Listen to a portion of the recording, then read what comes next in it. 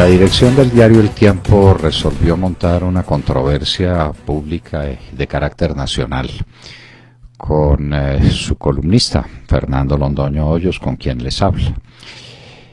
Esa es una controversia motivada en una columna que tiene por título El 8000 de Santos, que yo entendí había quedado censurada definitivamente ayer en una conversación muy grata que sostuve con Luis Noé Ochoa, que para mi sorpresa apareció en el diario El Tiempo. Eso habla bien del diario, bien de su director, bien de la libertad de prensa que todavía se tolera, pero que mereció un editorial violento en contra mía y en contra del contenido de esa columna.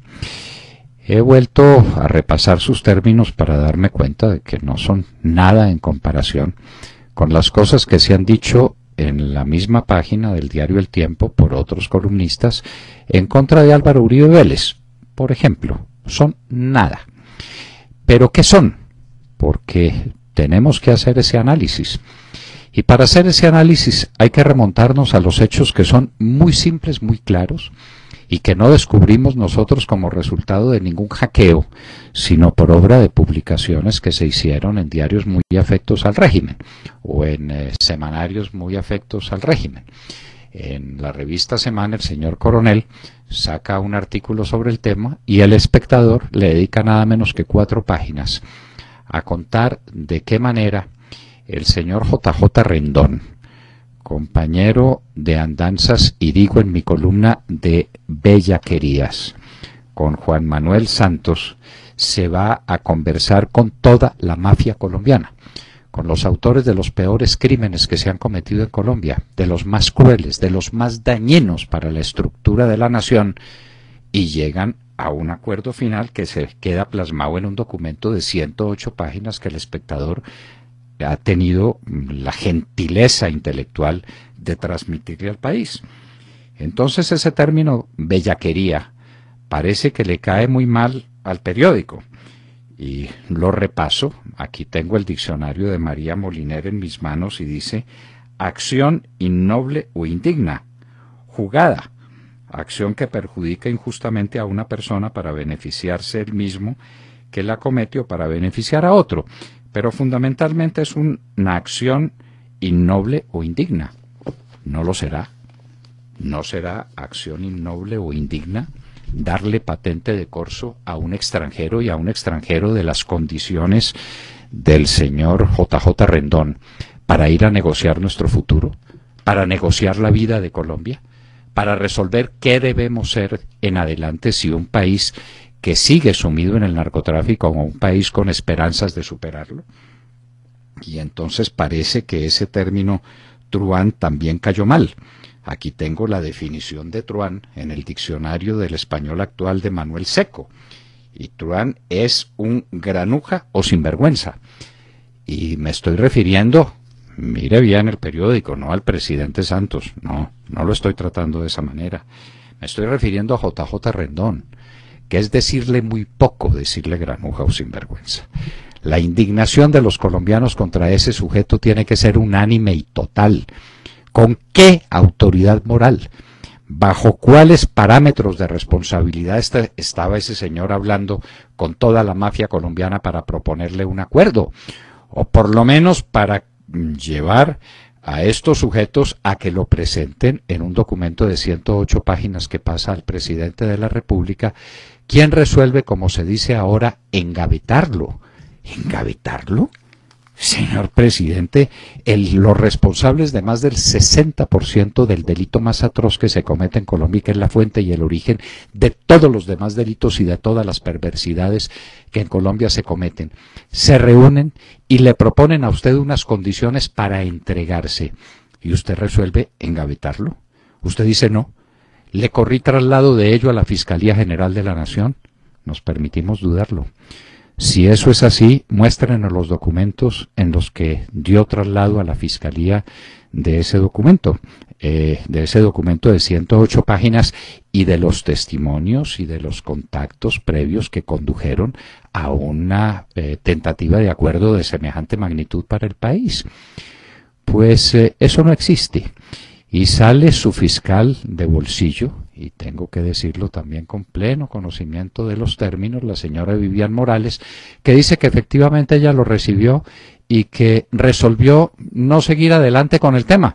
No nos diga, señora fiscal, se le presentan a usted los peores criminales de Colombia, los que son la fuente de los delitos más graves que se cometen en el territorio nacional, y usted no hace nada, usted no les pregunta, usted no da un paso para adelantar en ese negocio legítimo que la Fiscalía debiera adelantar con unos bandidos, para que a cambio de determinadas ventajas o a cambio de su confesión en primer lugar y luego de las denuncias de otros, se entregaran como prometían entregarse más de 8.000 bandidos.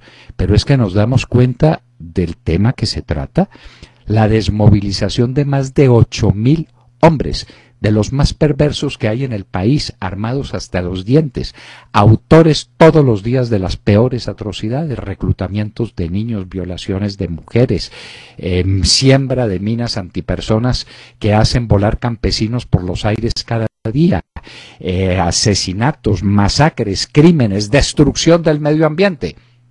Y esos 8.000 hombres se pueden desmovilizar, y a la señora fiscal no le parece interesante el tema, y simplemente lo pospone y simplemente lo abandona.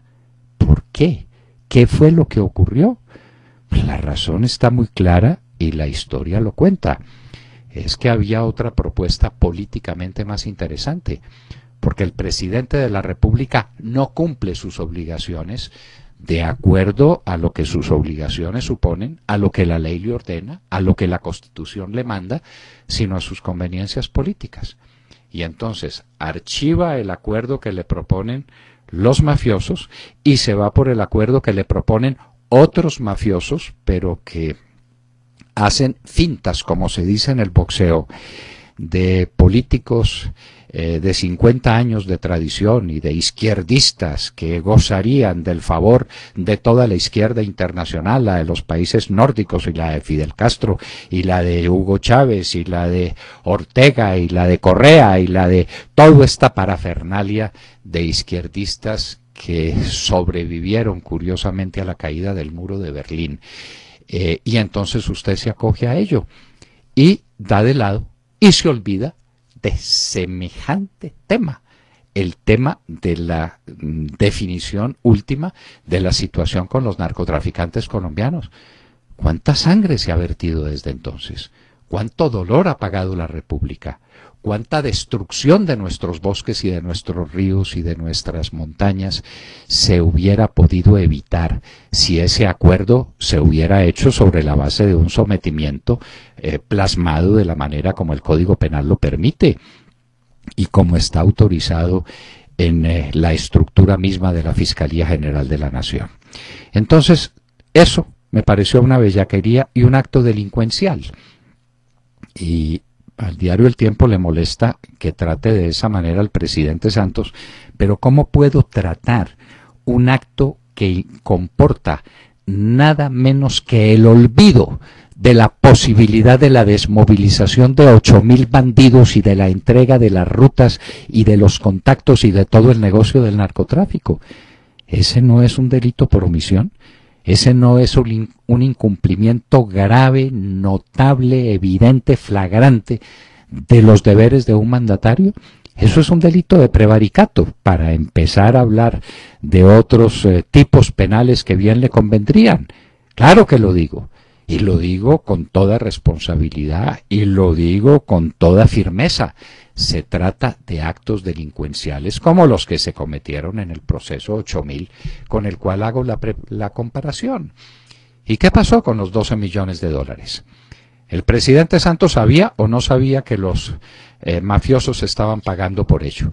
Si no lo sabía, entonces sale del engaño y tiene que ordenar la detención del señor JJ Rendón y no dejarlo salir del país como lo dejó salir del país. Simplemente le agradeció sus servicios y dijo que qué gallardo el que hubiera resuelto renunciar. ¿Y qué pasa con el señor Chica?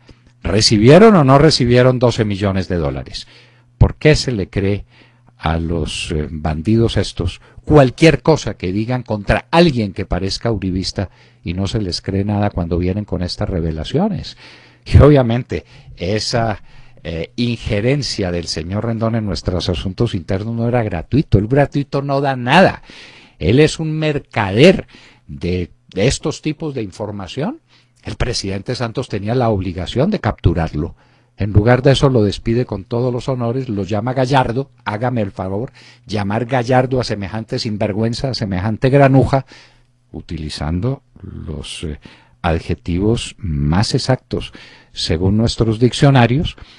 Lo llama Gallardo y lo devuelve para, no sabemos para dónde, porque en los Estados Unidos va a pasar muy malos ratos cuando le pregunten por el origen de su colosal fortuna y si está manchada con el dinero del narcotráfico, en cuyo caso no le deseo mucha suerte, no le veo mucha suerte y mucho porvenir al señor Rendón, pero ese es otro tema. No se puede ir para Venezuela, para el país tan amigo del presidente Santos, gobierno tan amigo del presidente Santos, al que ha llamado nada menos que su nuevo mejor amigo. Tampoco se puede ir para allá, tampoco se puede quedar acá. No le auguro, no le arriendo la ganancia por lo que le pase en los Estados Unidos. Él verá dónde refugiarse, él verá qué hacer, pero en Colombia lo han debido capturar. Y lo han debido capturar por entrometerse en asuntos políticos del país. ¿Cuál era la visa con la que estaba entrando el señor Rendón a Colombia?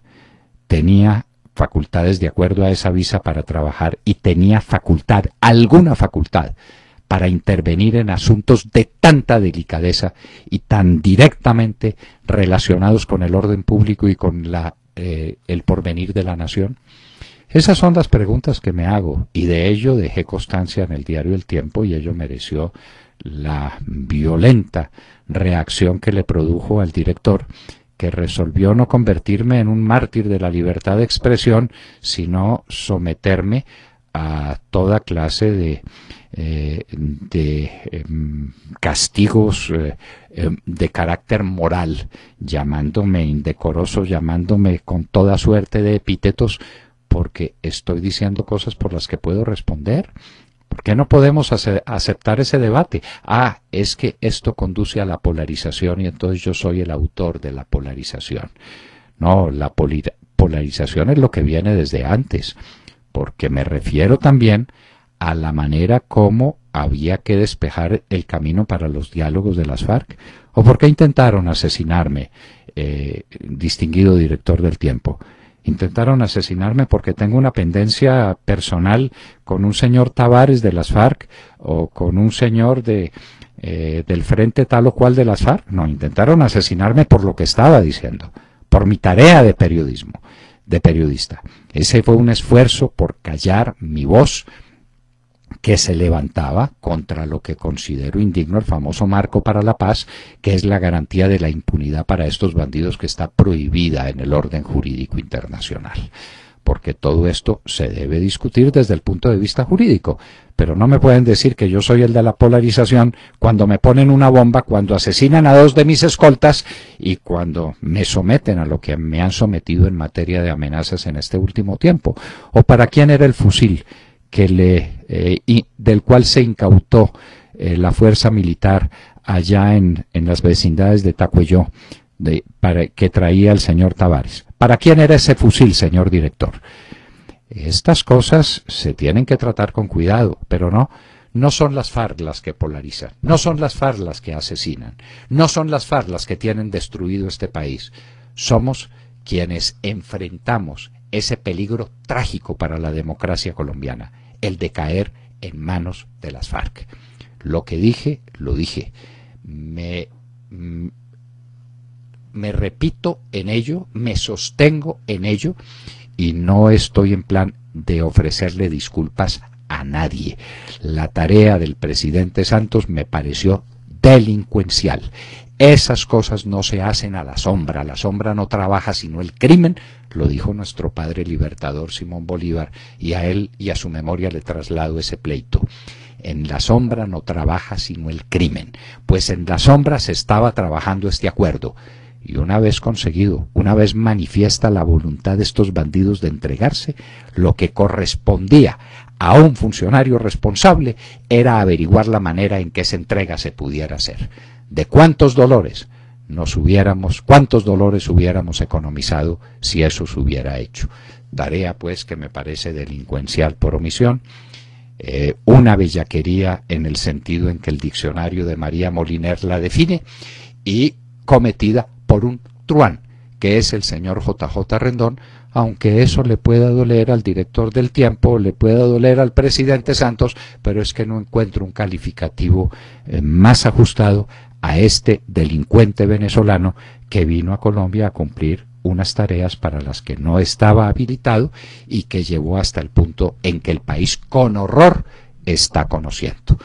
De manera pues que así queda planteado mi punto de vista, y pues ya veremos cuál es mi futura relación con un diario que ha sido tan generoso y tan amplio conmigo, en una relación puramente espontánea.